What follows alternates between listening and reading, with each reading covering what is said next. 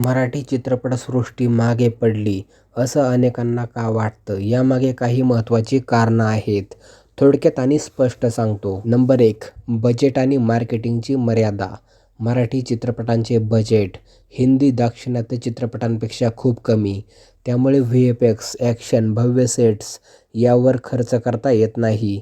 प्रेक्षक संख्या मुख्यतः महाराष्ट्रापुरती मर्यादित. नंबर 2. व्यावसायिक कमर्शियल कंटेंटचा अभाव.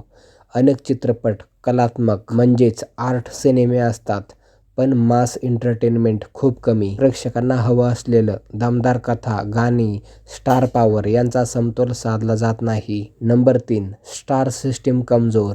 हिंदी, तेलुगू, तमिळ इंडस्ट्रीसारखे पॅन इंडिया स्टार्स मराठीत नाहीत. नवीन कलाकार येतात, पण त्यांना टिकवून ठेवलं जात नाही. नंबर 4. स्क्रिप्ट आणि रिपिटेशन. अनेक चित्रपटांमध्ये शेतकरी, गावखेडं, संघर्ष हे विषय वारंवार येतात. वेगळे जॉनर म्हणजे सायन्स फिक्शन, थ्रिलर, फॅन्टसी फार कमी. नंबर 5. मार्केटिंग आणि प्रमोशन कमी. प्रमोशन फक्त महाराष्ट्रातच. सोशल मीडिया, OTT प्रमोशन नीट वापरलं जात नाही. नंबर 6. OTTमुळे सिनेमागृहांना फटका. चांगले मराठी चित्रपट थेट OTTवर जातात. थिएटरमध्ये प्रेक्षक येत नाहीत. पण पूर्णपणे मराठी चित्रपटसृष्टी मागे पडली आहे का?